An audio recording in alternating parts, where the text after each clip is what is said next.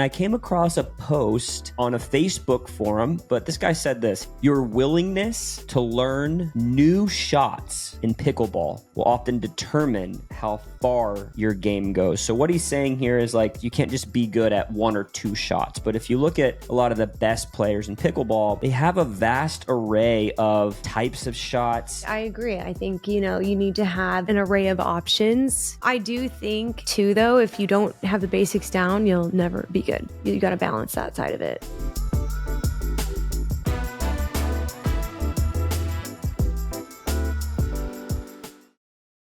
So I have the new Project Boomstick. What do you think about it?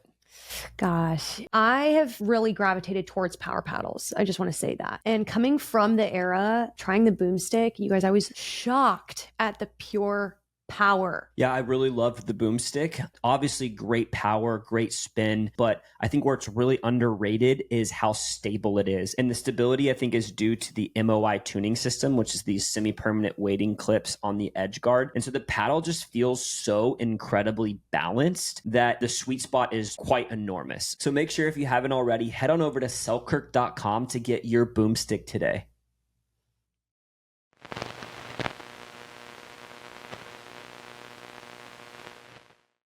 What's up, guys, and welcome back to the Pickleball Connection Podcast. I'm Danea. And I'm Barrett. And we are stoked to be hanging out with you guys today. Today, we're going to be doing a segment that we call CTN, which is Cruise the News. This is kind of where we catch up on all the latest things in pickleball. So let's just jump right into it. Yeah, so in our Cruise the News segments of the Pickleball Connection, we kind of scan the internet forums, and there's some kind of interesting, funny, entertaining at times, just content. If you just are bored and you love pickleball, just go to Facebook or to Reddit and just look at the forums. It's pretty fun and engaging. So we kind of break some of that down. And I came across a post on a Facebook forum, and it was pretty simple statement, but I wanted to kind of read it. And I think we were talking about something like this recently. So I want to kind of hear your thoughts. But this guy said this. He said, your willingness to learn new shots in pickleball will often determine how far your game goes. So what he's saying here is like, in order to get to the next level, you can't just have the same shots. You can't just be good at one or two shots. But if you look at a lot of the best players in pickleball, they have a vast array of types of shots, different types of spin, roll, poke, lob, topspin lob, volley lob, aggressive drop, defensive drop, aggressive drive, kind of 70% drive. There's a lot of different nuances when you start getting to the higher level. Yep. So I wanted to ask you one, do you agree with this, that one of the main things to get to the next level is to learn new shots? Because obviously there's two sides to it. You can learn new shots or you can perfect shots. You already know. Mm-hmm. So learning new shots, do you agree with this? And if so, what are some of the new shots you've been working on in your game lately? I mean, yeah, I agree. I think, you need to have an array of options. Like, I think that's a really fair statement. I do think too, though, if you don't have the basics down, you'll never be good. So you got to balance that side of it. So that being said, the things that I'm working on currently, yeah, it's a good question. I feel like, it's funny. These feel like basic things, but like you said, there's, for example, different types of drives. You referenced this. There's like a really hard, flat drive, and then there's like a really like 60% dipping drive, and so like for me, I've been really kind of training my drive because I didn't have a tennis background, and and then the game got really fast, and then the paddles got really fast, and then I was like, shoot, I actually really need a drive, because back when we started, we were like all scolded for driving. So yeah, early on, not like we started playing a while ago. Yeah. Before paddles were what they are today. And honestly, you just couldn't do as much with the ball offensively. So a lot of people at the higher level just didn't drive as much, but No. you're seeing it more and more. But now, it's like it really is a must-have shot. So I feel like I've kind of been behind in the drive because of just when we learned to play and how we learned to play. Yeah, I would even venture to say that when we started playing, back in 2019, right? I would have said that to be a top level player, you could not have a great drive but have an amazing soft game. But you'd win everything. As a high level player, in today's game, I would almost say it's the opposite. Like, I would rather probably have a offensive game to survive at the high level than a defensive game. Obviously, you need them both to be the most well-rounded, but it's really kind of flipped. Yeah, it's flipped to not our advantage, to be honest. So I feel like in my personal game, I really have been working, one, just on the drive in general, but two, really working on developing that like really easy 60% drive that doesn't take a lot of effort, that you can just drive, hit your fifth shot, drop, get in. I think that's something I've been working on. I think you're going to probably call me out when I say this, but I really have been like trying to work on, I've got kind of decently long arms, I feel like, for the player that I am. A good reach. Got good reach. So I have been working on my like flick, my one-handed flick. I know I forget to use it. I think you should use it more, because not a lot of girls can do it, but you can do it. I have a decent flick, I feel like. So, but it's funny. Sometimes I forget, and you'll remind me mid-game. You're like, you should like use your flick. That's literally what you do. You don't even say the words. You're like, yeah. Well, I think the thing is that you like to like kind of flick with two hands. I also have a two-handed flick, which that's really easy. But your one hand, you can reach a lot more. Yeah, the two-handed flick's more. I think that to me, that's more of like a. It's like more of a roll. push. It's kind of like a roll. It's like a roll push kind of shot, and I like it because your two hands are there for the counter, but the flick is just you can reach a lot more. So, those are two shots that I'm really working on. I would say I feel like It's funny because I wasn't going to guess either of those shots for you. Well, you're going to say the next one. You're going to hear the next one. The other one I feel like I'm always kind of dialing in is like the right side, really aggressive dink, knowing like when to be aggressive with it, and then knowing when to be like more placement. That one's like really just working on placement, shot decision, and footwork. Just your cross court dink, right side. Yeah. Well, you would have guessed that. Yeah, I would have guessed that. I feel like you just recently kind of clicked up to the next level on your cross court dink. No, it's probably because of all the times I've dragged you out to drill with me. Okay, so I'll answer too, but before I do, so your drive, right? You mentioned like you're kind of really working on different styles of drives, I guess, kind of like different. Yeah, just like it. Yeah, different styles of drives, like controlling the drive. I feel like that's the biggest thing with the drive when you don't have a tennis background, like really learning how to control and aim. So like, I guess what I was going to ask is if that's been kind of a focus of yours, what's like one small little technical thing, like in your swing path or your footwork or whatever, like what's one thing that's like kind of leveled it up a little bit? I honestly feel like rhythm. Explain that. Like I feel so behind because I don't have this like tennis racket sport background, but you guys all understand if you've seen like a tennis player just go and hit a drive, it's just very smooth. And when I started to learn how to drive, I looked so spastic, sporadic. There's just like no rhythm. And I've realized as I've been dialing in this shot, how much rhythm and timing genuinely helps. And it really makes the shot feel effortless. If you're like on rhythm and like just everything's moving together instead of disjointed, jerky, spastic. Right. And so kind of like helps you time it a little bit. It helps you with the timing. It's so crazy to me how methodic that shot should be. Yeah.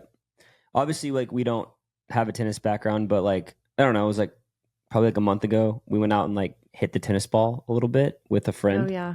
And I remember my biggest takeaway, because I don't hit the tennis ball ever.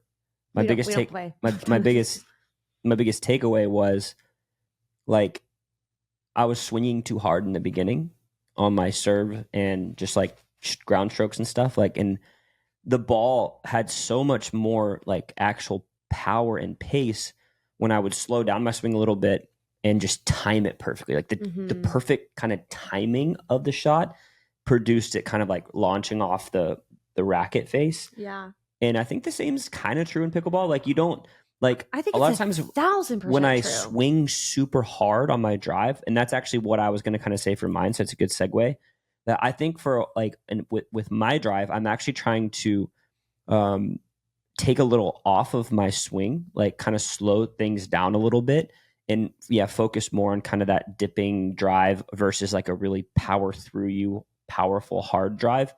And, kind of loosening up my grip strength a little bit. Cause I think I kind of was, when I miss my drive, I don't square it up well. And I don't square it up well.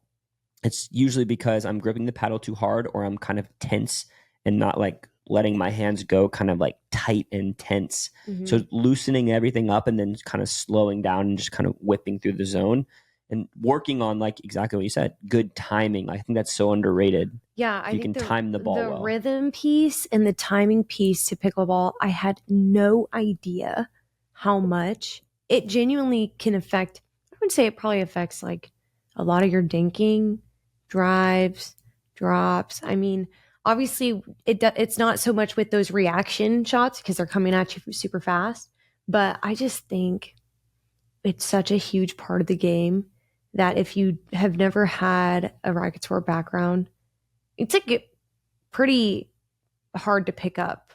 Yeah, no, for sure. I think that timing is way underrated, and rhythm is kind of one of the ways that gets you there. So if you're listening, one way that you could incorporate this into your game is to figure out whether it be kind of patterns with your footwork or whether it be your swing path, kind of figuring out how to get a little more on rhythm, kind of to create like a similar take back motion. Like some people, when they kind of take back their drive, they kind of make a C formation and that, or like a circle formation, and that kind of gets them on rhythm with their backswing. But yeah, stuff to get you on rhythm with your footwork and your swing path, I think is huge for timing. And just like any other sport, like I was going to bring up, like, I'm sure it's the same way with like you were in baseball pitching.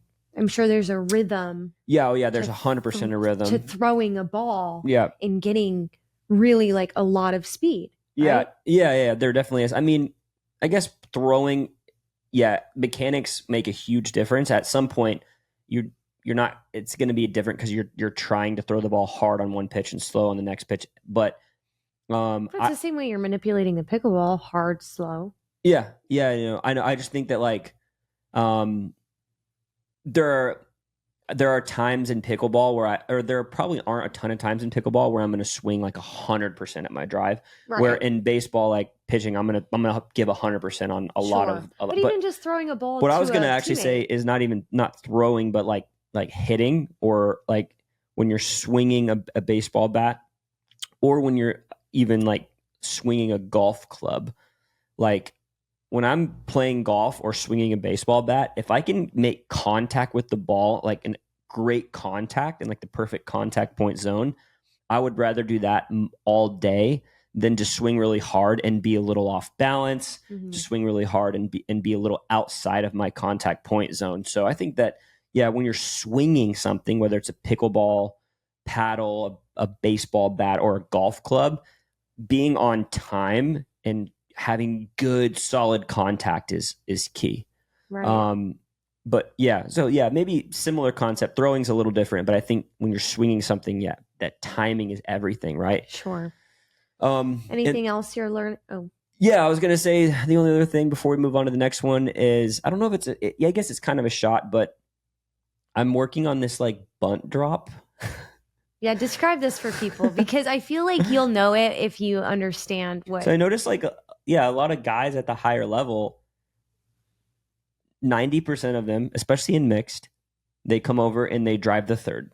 And then they get a response in like an easier ball to drop kind of in transition, or maybe even in the back third of the court. and the next shot is like this bunt drop. So they're really not putting a ton of topspin. They're just kind of like holding the paddle face open and kind of barely pushing the ball and they're bunting like running, or they're not running, but they're using their footwork and momentum to help get the ball over. Like it's less of their arm. Yeah, it's not a huge swing. It's like they kind of put their paddle out to the side and they use kind of their whole body and they kind of like push the ball in. I feel like AJ Kohler has been doing this for just years. Yeah. I would say that there's obviously like, you don't want to like sky it up too high and like let it bounce. You want it, but like if you watch Ben Johns, like watch him get to the kitchen when he plays, it's third shot drive and then he comes over and he kind of hits this little scooping bunt drop. Mm-hmm. And if you were to actually get a camera like on the side view net of the kitchen, like looking into the kitchen, what's crazy is that they're able to place it so well that like the ball's barely making it over the net. So it's literally impossible to attack. Where if you're hitting something that... And it's not topspin, really. Right. It's almost like not like even like a crazy slice, but... Yeah, if anything, it's got a little backspin. A little backspin, but like I think to your point, like the ball's not going to bounce as high. Exactly. And it's not going to get as deep into the kitchen because when you hit topspin, in order to hit topspin and for it to land in the front half of the kitchen, this is very difficult. Right, because you have to arc it a ton. But then if you do that, then it's going to bounce higher. Right. But so a lot of times when you hit topspin, it's landing in that back half or back third of the kitchen, which can create pop-ups. A lot of people have a really good aggressive kind of drip drops. But also people can reach in. Like you have a decal across from you, you're kind of screwed. And quite frankly, I just am not as good at a forehand topspin drop. Like I think it's a hard shot to hit. Hey, have you heard of the new Play More app? No. What is it? Basically, the Play More app is like a stress-free scheduling app for pickleballers. So I don't know, we've struggled a lot in group text trying to organize play. You'll set it up and somebody will just like the text. And I'm like, does that actually mean you're coming or not? Yeah, and it's like, you never know how many people you have, like what rating they are. It's kind of annoying. It can kind of just be a nightmare to try to organize groups because group texts are just not fun. So basically the Play More app lets you send out invitations. You get an RSVP list. If somebody doesn't show, there's a wait list that will actually like put somebody right into. No way. Yeah, it's really cool. Dang, that's awesome. What's it called? It's called the Play More app. So you should download it at the App Store or you can go to getplaymore.com if you want to look at it online. The last one I would say is not really a shot, but you and I have been talking about this. Wait, what? But I think that there's something about, obviously it's so simple, but like keeping the point alive from the baseline. Yeah. And I think that like oftentimes if you hit a bad third in today's game, like you can just stay back. Don't even step in at all. And you can just keep getting balls back. But what I would do is I would hit a bad third. I would stay back. And then I would try to hit a perfect third or fifth ball. Me too. But instead, if you watch them, like you brought this up, just kind of being on the baseline and just letting your hands go, just swing, keep it alive, keep it alive, keep it alive. Like there are certain teams that are really hard to put the ball away against because they're not trying to hit a perfect drop. They're just trying to keep the ball in play until they can hit a perfect drop. Yeah, we just, obviously the PPA, where were they just playing? Las Vegas. And we were watching the women's doubles championship between Tyra Black, Georgia Johnson, and Paris Todd and Catherine Parento. You guys, Paris Todd and Catherine Parento had to hit like 17 putaways. And Tyra and Georgia were just getting them back. And it's not like they were hitting amazing shots. They were literally just keeping the point alive. And there were so many points that we watched that, just them getting the ball back can frustrate opponents so badly. Yeah, because it makes them go for too much. Yeah, you try to go for too much, or you don't, you take a risk and you hit it wide or whatever, try to hit an angle. But like, I think the point of that is like, obviously we know that teams are really good at that, but like what I'm working on, I think, specifically is how do you keep the point alive and be really hard to put the ball away against. And I think one, you kind of have to stay back behind the baseline. Obviously you have to watch out for like someone to drop the ball on you, but you're fast. Like you can oftentimes get up if someone tries to hit like a drop volley. Well, and drop volley, honestly, is a harder shot too. So. Yeah, there's a risk associated with the drop volley. And so, but like, I think what I was doing mistakenly, I think, was in those modes where, people are crushing overheads at you. I think that I call that kind of being in like scramble mode, like they're overhead, you're kind of scrambling side to side.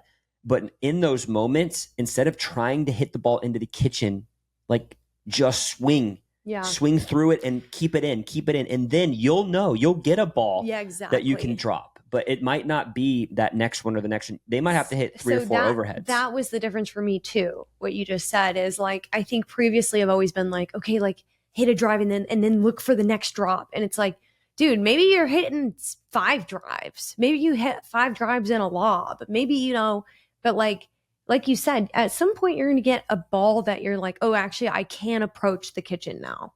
Exactly. And just get out of your head of like, okay, I have to hit 1 drive and this next one has to be a drop. Or maybe you hit 2 drives and you panic and you're like, I have to hit a drop. Dude, just swing and then find the ball that's an easy one to drop.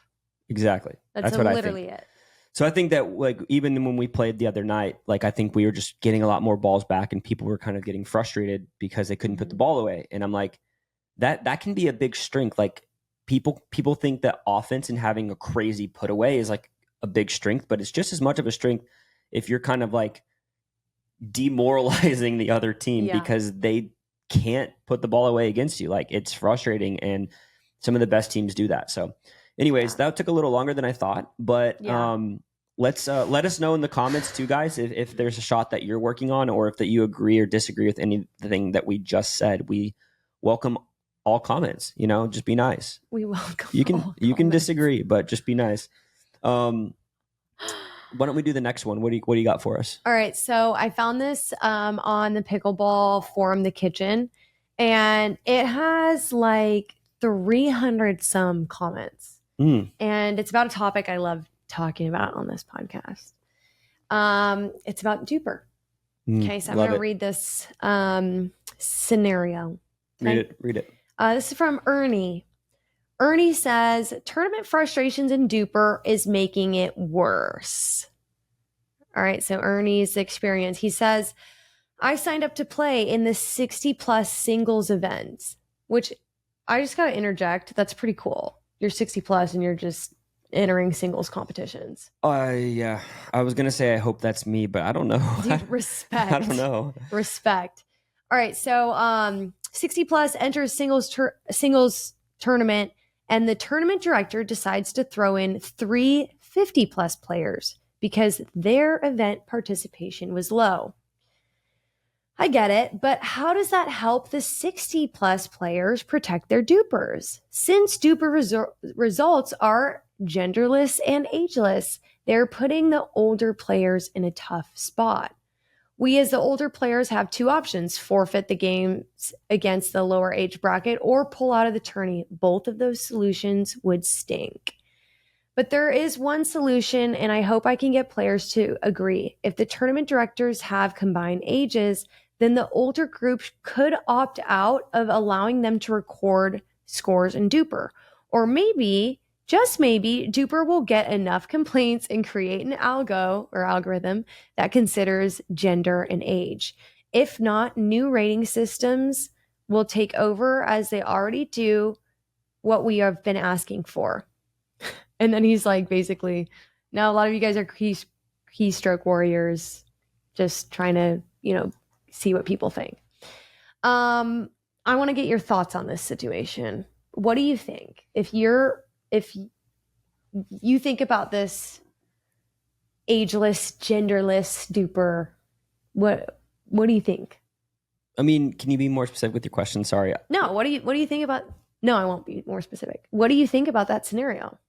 About this guy who is worried about his DUPR going down? Yeah, because he's having to play people that are in younger age divisions. Yeah, I mean, I think what I think about it is I get the concern, you know, like obviously I get exactly what he's saying. I get his point. I think in any competition though, like I think you have to, you know, that's part of it. Like I think that to me there's this interesting narrative where I think a lot of people are just like really concerned about protecting their duper. Mm-hmm. And I'm like, dude, how important is that number to you, man? Like you're 60 plus, like singles player. Like I don't know. Like I guess like yeah, people want a high duper and maybe it's going to go down, but like even if he played in the 60 plus division, like he could lose and it could go down there too. So I get that he's at like a disadvantage, but yeah, I think that like I've said in the past, I think this is how DUPR has chosen to try to structure the algorithm to be ageless and genderless. And the way that the algorithm is structured is that like, you know, regardless if you're logging enough consistent matches that, you know, these, you know, a 60-year-old 4-0 is the same as a 20-year-old 4-0, honestly. And if their levels are different because of their age and physical ability, well then their levels should be different. That's kind of how DUPR is structured it, whether we agree with it or not. Do you personally agree with that? You've asked me this before, and I literally say the same thing every time. I say, whether I agree with it or not. I know, but I'm asking you personally. Do you agree with it? If I were to say because I don't. If I were to say I disagreed with it, I would have to come up with a better solution, and I don't know that I have one. I think it should be ageless, I think it should consider age and gender. That's why I disagree with it. Yeah, I think that there's an argument for that. I think if it considers age and gender, then it's like a 4-0 isn't a 4-0 like universally. Like when we teach and train people pickleball, we have to be able to say, this is what makes a 4-0. 4-0s can hit these types of shots with this type of consistency. What if a 6-year-old can hit all the same shots with all the same consistency? They just have less power. Well, then less speed. Well, but they can hit all of those shots. Well, that's also, I think power is also a consideration of your ranking. I mean, there's a reason the pros, the highest ranked people, hit hard.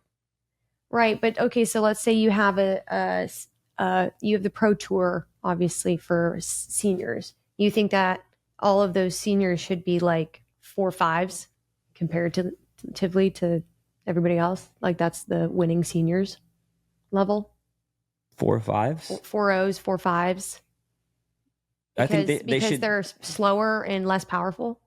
I mean, if they're actually slow enough to where it affects their ability to get to a ball or make a ball, then yeah. I mean, but I think at the end of the day, I'm like, I don't think that's the case because I think that the highest senior levels, the highest senior players are in the 5s because there's a reason that they're competing at the highest level because on a pickleball court, you don't have to cover as much ground as a tennis court. And you can be very successful. And there are people that are slower than others, but they make up for it in other spots. So like, again, like, I don't know that this is like, you're going to be able to pick a flaw in either side you take. What I've continued to say on this manner is that DUPR has chosen to try. They're not going to be perfect, but they've chosen to try to make ratings ageless and genderless, meaning a 4.5 70-year-old male would be the same skill level as a 4.5 20-year-old female. So like, I think that's just how they've chosen to make the other. Now that in this situation, I can still totally empathize with the situation. Like, I think it's crappy. That's crappy for this guy. I'm with you, Ernie, by the way. I agree with you. I think it needs to consider age and gender 1,000%. That's crappy for this guy but I think the reason it's crappy is because he signed up with an expectation of who he was going to play in the tournament. That would be similar to, you know, us signing up for a 4-5 tournament. And then they're like, oh, sorry, we've decided to pool 4-5 with 4-0. Like, yeah. I would feel the same way. So yeah. Like, I think, or with 5-0, I mean, you have an expectation that you're going to play this and you don't. That's the hardship for it to me. Well, and like he's saying, like his DUPR is going to be affected. Yeah. And that sucks. But I mean, at the end of the day, like, you know, he can. But some people really do care about it. I think of like a lot of people that are wanting to go pro Like they are getting partners based on their DUPR score. That is true, but this guy's like a 6-year-old singles player. Like, I don't know. Like, I don't know. Maybe he's trying to grind. go pro, maybe. But again, if he's gonna go pro, he's got to be able to beat these other guys. I want to read this comment to you and get your take. This is a random comment on this thread, but this person says, DUPR is only accurate for professionals who pretty much only play professionals. It is abysmal for everyday players with outrageously varying skills. That being said, I don't think any system will ever be great because there are too many variables that cannot be factored. DUPR doesn't know if one person was totally targeted or if one person played great and the other played horrible. And the highest rated teammate does not mean they played the best or carried the team, but DUPR pretty much makes that assumption every time. It's an imperfect science. And then he keeps going. Yeah, I think it is going to be imperfect, obviously. I think where this guy maybe is a little bit wrong is, yes, there are factors that you can't come into play. Like this guy, like you can't determine the conditions or like we had a tournament where we played where it was a round robin. We played like 5 matches, and in like the second match, because of this long wait time, I cramped up and I was literally limping around for like a couple games. Like DUPR doesn't know that I played 2 games half injured. Like DUPR doesn't know that. But this guy said it's only really relevant for pros that play other pros. I would argue it's only really relevant if you're logging a lot of matches. Well, so you have to have a huge sample size. Here's the other part of it too, though. I think it's only relevant if everybody you're playing is all logging consistent matches all the time. I think that would make it the most accurate, 100%. But I think for you, and to this guy's other point, he brought up, you can't tell if you're the reason that you won or your partner or if you're getting targeted. But I've talked to a guy that works for DUPR more about how the algorithm works. And the DUPR algorithm is created to be more accurate the more partners you play with. So if you play with the same partner every time, DUPR can't really determine who's responsible for the loss, right? But if you're playing with 12 different partners, it has a much larger sample size for you to determine, and it answers this issue of like, it can't tell if you're targeted, if you're the reason that you lost. Well, it can't tell if you're the reason that you lost because if you have the similar results with the same partner, it's not going to be able to tell. But it becomes more accurate when you play with multiple partners as well. But I also have talked to somebody who is a higher level male player who plays a lot of money balls. But, you know, he doesn't get maybe the best partners for females. Mm-hmm. And so he has a lot of losses with a lot of different females. And he's the one that's typically carrying the team. But now DUPR's thinking he's the reason that they're losing. I don't think that's true. I think that if he lost with a partner that was worse than him, I think the algorithm actually would take into account it being more her fault than his fault. I think that's the way that the algorithm is written. If it would be different is if he won, if he was the worst player and he won, it would reward the better player more. But on a loss, it's going to take into consideration who you're playing with 100%. See, but I just think that's wrong because, again, you don't know who is more responsible for winning. That's why it's never going to be perfect. Like I said, I'm not like some guy that's sitting over here and saying DUPR is a perfect system. I'm telling you, I have an understanding of how they built it out. And if we're going to say it's flawed, we have to have a better way to do it. I do think it should be ageless and consider age and gender. That's my vote. And I think for me, I don't really, I see the pros and cons to each. I don't think I'm as black and white on it because, again, I think there has to be a universal.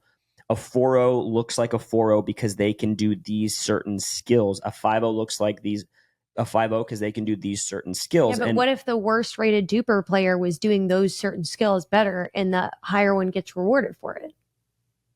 What are you talking about? Like in a match, if the lower level player, because let's say they don't log a lot of DUPR games and so their DUPR's super low, mm-hmm. and they come back and they do a tournament and they're the one that carried their team, Well, that's the problem on them that person not logging a bunch of games though. It's not so that's just such a flawed system to me. Well, it needs data. Well, that's what I'm saying is I'm saying why do we have a system that is reliant on you having to log a million things for it to be like to work, and then it has to rely on everybody else logging a million things to actually work. Okay, I hear you. And if you're going to say that, though, then we got to know what would you do differently? I think that tournaments need to all have an AI system. Okay, there we go. That watches the match and then logs you specifically on what you actually did. I think and taking into account age and gender. Okay, well then maybe the AI system thing is a thing, but like we don't have that right now. So right now there's no better solution. It's an idea. If we have to do it right now, I'm still on the team of it should consider age and it should consider gender. I'm more on the team. I'm going to hang my hat on that. And I know you. It's so fun because we get through these conversations and it somehow seems like I'm the guy that's pounding the table for it to be ageless and genderless, and I'm really not. I'm saying I'm a little bit in the middle, that I see pros and cons to each side.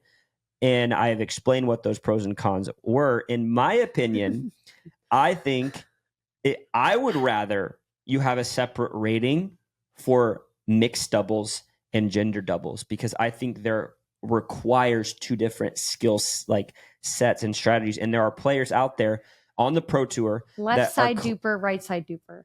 That would be interesting, and that would probably require the AI software, because not everyone's going to play that side of the game. There's people that are going to play straight up, right? So that would require the AI software to see how many points you started on the right or stacked to the right, and vice versa. That would be so funny. But yeah, I think that's what it is. But I would love to hear in the comments what you guys think. Like I said, it's really interesting hearing from the everyday player. I think that's who I'm interested in hearing about this with, because again, pros actually do have the luxury of playing people that are constantly logging matches, because every weekend they go play everybody that's already logging matches every weekend. So I feel like when you get into that pro level, I do think the DUPR does become more accurate. But at the everyday amateur level, I think it's just does not have a lot of accuracy. Yep, I agree. I think that it is not accurate at all if you're not logging like at minimum like one tournament a month. At minimum. Exactly. Like it's just so not like, literally if somebody tells me they're DUPR, it means nothing to me. Yeah. I don't want to say that. It's like, but I hold it with very, very little because weight. You've stepped on the court with people who are 4.5s that are probably better players than people that have a 5.2 DUPR. Right. Yeah. So I get that. I'm 100% with you on that. Yeah. Okay. Would love to know your guys' thoughts. Comment below. Ernie, I'm on your side. Yeah, that is a tough situation. I feel for him. Just kidding. But I'm just trying to start some fights. All right, let's wrap it up. All right, guys, thanks so much for hanging out with us on today's episode of the Pickleball Connection podcast, and I'll see you on the next one.